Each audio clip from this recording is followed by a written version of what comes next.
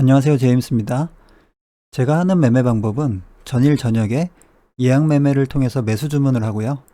장중에 하는 일은 직장 일을 하면서 매수 체결 문자가 오면 그 종목들에 매도 주문을 넣는 게 다인데요. 장중에 하는 결정은 지수의 흐름이나 호가창의 큰 매도 물량 또는 매수 물량에 따라서 심리가 이리저리 휘둘릴 수 있기 때문에 장중에는 특별한 의사결정을 하지 않습니다. 제가 의사결정을 하는 시간은 주식시장이 마감되고 퇴근 후에 집에 와서 심리에 영향을 주는 요인이 없는 상태에서 종목들을 보고 판단을 합니다. 오늘 바이오톡스텍이 예약 매수 주문을 통해서 체결이 되었는데요. 매수가에서 마감이 되었고요. 지금 생각을 해보니까 이 종목은 이미 제가 한번 매매를 통해서 수익을 보고 나온 종목인데요. 지금 자리에서 또 매수한 것은 저의 매매 원칙에 어긋난 매수였다는 생각이 듭니다. 손실을 보더라도 원칙에 맞는 종목에서 손실을 보아야 매매에 발전이 있는데 제 개인적인 매매 원칙에 맞지 않는다는 판단이 들어서 내일 오전에 정리할 생각입니다. 앞으로도 원칙에 맞는 매매만 하도록 노력하고 욕심이 앞서서 매매 원칙을 어기지 않도록 하겠습니다. 그럼 오늘 관심 종목들을 한번 보겠습니다. 포인트 모바일이고요. 오늘까지의 흐름을 보면 어제 말씀드렸던 피플바이오하고 상당히 유사한 흐름으로 흘러가고 있는 게 보이는데요. 피플바이오가 기간 조정 이후에 상승을 하고 그래서 조정을 준 이후 양봉이 나오고 다음날 음봉이 나왔죠. 상당히 유사한 흐름으로 흘러가고 있는 게 보입니다. 하지만 앞으로의 모습도 피플바이오처럼 흘러간다는 보장은 없죠. 포인트 모바일이 만약 조정을 준다면 원래 예상했던 이 0.5 부근 이 라인을 이용해서 매수를 해볼 생각이고요. 다음은 명신산업인데요. 명신산업은 오늘도 거래대금이 5천억 이상 나오면서 굉장히 강하게 상승을 했습니다. 이 종목의 흐름은 현재 박셀바이오하고 지금 유사한 흐름이라고 생각이 되고요. 거의 같은 패턴으로 가고 있다고 생각이 되는데 상장 이후에 기간 조정이 있었고요. 박셀바이오도 기간 조정이 있었죠. 기간의 그 길이는 다르지만요. 그리고 나서 상승을 했고요. 명신산업도 상승이 나왔습니다. 박셀바이오가 이틀 상승한 것을 명신산업은 하루 상승했고요. 박셀바이오가 이틀 조정을 준 것을 명신산업은 하루 조정을 줬습니다. 그리고 나서 그 이후에는 강하게 상승하는 흐름이 이렇게 강하게 상승하는 흐름이 나오고 있습니다. 명신산업도 상승을 하다가 어디에선가는 이렇게 조정이 나올 것이라고 생각이 되고요. 이 종목이 상승 후에 어디선가 조정이 나온다면 저는 이 절반만큼 눌린 자리에서 매수를 들어가 볼 생각인데요.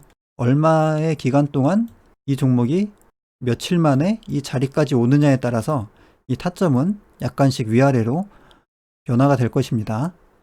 현재까지 흐름은 이렇게 생각을 하고 있고요. 현대바이오는 오늘 거래 정지 상태였죠.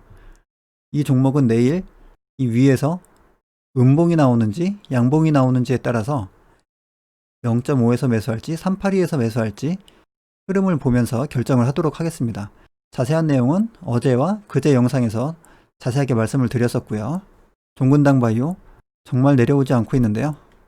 계속해서 기다려 보도록 하겠습니다. 좀 빠른 시간에 쭉쭉 이렇게 시원하게 좀 내려와 줬으면 좋겠는데요. 사람들의 관심을 많이 받는 종목이기 때문에 그렇게 생각만큼 쉽게 오지는 않습니다. 그린케미칼이고요. 굉장히 강한 거래대금으로 상승이 나왔고 조정이 온다면 한번 매수를 해볼 생각입니다. 그리고 이 종목 같은 경우에는 이렇게 놓고 볼 수도 있고요. 이 횡보 기간 이후에 거래대금이 크게 터진 구간 이렇게 볼 수도 있는데요.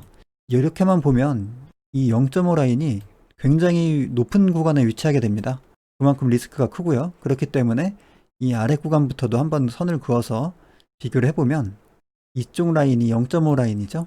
전체적인 파동에 있어서 이 파동의 크기가 커지면 커질수록 조정의 폭도 커질 수가 있다고 파동 부분에 대한 이야기를 할 때 말씀을 드렸었죠. 그렇기 때문에 이 작은 파동에서는 좀 더 깊은 자리를 보는 거고요. 큰 파동의 이 절반 자리, 현재로 보면 8,000원 라인이 제가 보기에는 괜찮아 보입니다.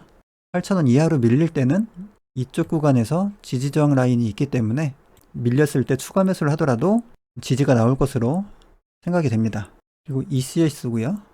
ECS는 여기 갭이 있죠. 이 갭에서는 지지 라인이 없기 때문에 좀 더 밀릴 수가 있다고 생각이 되고요. 여기에 지지저항 라인을 이용해서 한번 매매를 해보도록 하겠습니다. SCM 생명과학입니다. 이쪽에 지지저항 라인이 보입니다. 대한해운입니다. 이쪽 라인에 지지저항 구간이 보입니다. 링네트인데요. 이 상한가 기준봉 이후에 양봉이 없죠.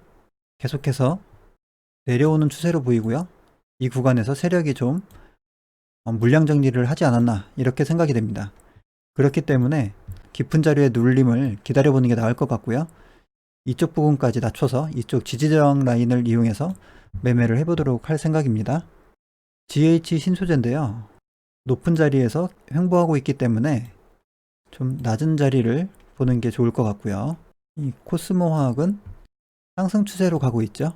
강한 흐름으로 보이고 이쪽 상한가 이후에 눌림 구간이 있었던 이쪽 지지 라인을 이용해서 매매를 해보겠습니다. 카페24인데요. 계속해서 하락하는 흐름으로 보이고요. 절반만큼 눌린 자리에서 반등이 한번 나왔고 그 다음 자리인 382 라인 부근을 보는 게 좋을 것 같습니다. 무림 SP인데요. 상한가 이후에 조정을 주고 반등을 했던 이 라인이 제가 보기에는 괜찮아 보입니다. 백금 TA입니다. 이 종목은 마찬가지로 하락 추세에 있는데 상한가 이유를 모르겠고요. 거래량 없이 조정을 주고 있습니다.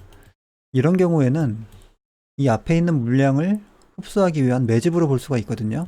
매집일 경우에는 높이 사는 것은 좀 위험하고요. 좀 깊게 밀릴 수가 있기 때문에 이쪽 라인에서 매수하는 게 좋을 것 같고 이쪽 부분이 지지 라인이 있다고 생각이 됩니다. SY인데요. SY는 종목이 쭉쭉 밀리는 흐름이 있죠. 쭉 한번 밀릴 수 있다고 생각을 하고 이렇게 봤을 때 이쪽 이 부분의 지지 저항을 이용해서 조금 더 내려온다면 매수를 해볼 생각입니다. 다음 종목은 오텍인데요. 이 구간에서 위아래로 흔들면서 지금 물량을 정리하고 있는 모습으로 보이네요. 세력들이 어느 정도 이익 실현을 많이 하고 있는 모습으로 보이고요.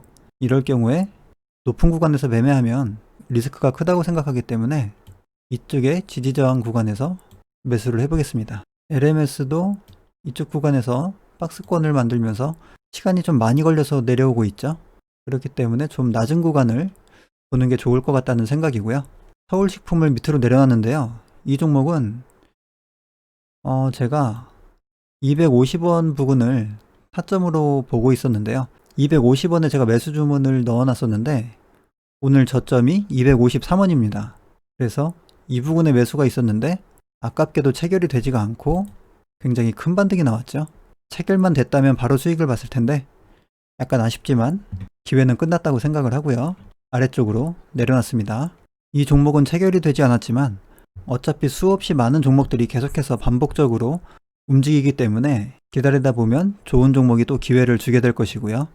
급한 마음에 욕심이 앞서서 저처럼 원칙에 어긋난 매매를 하지 마시기 바랍니다. 항상 자신만의 원칙을 갖고 그 원칙을 지키는 매매를 하시길 바랍니다. 오늘 영상 여기서 마치겠습니다. 감사합니다.